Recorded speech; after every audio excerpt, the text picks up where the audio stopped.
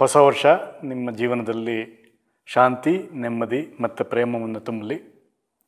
ಈ ಶಾಂತಿ, ಪ್ರೇಮ ಮತ್ತು ನೆಮ್ಮದಿ ನಮ್ಮ ಹೃದಯದಲ್ಲೇ ಇದೆ.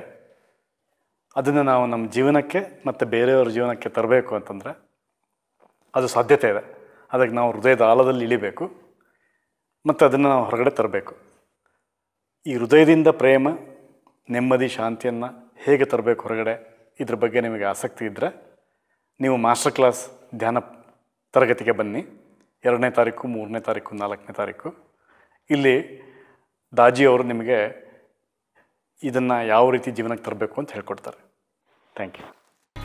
2nd, 3rd and 4th of January 2017.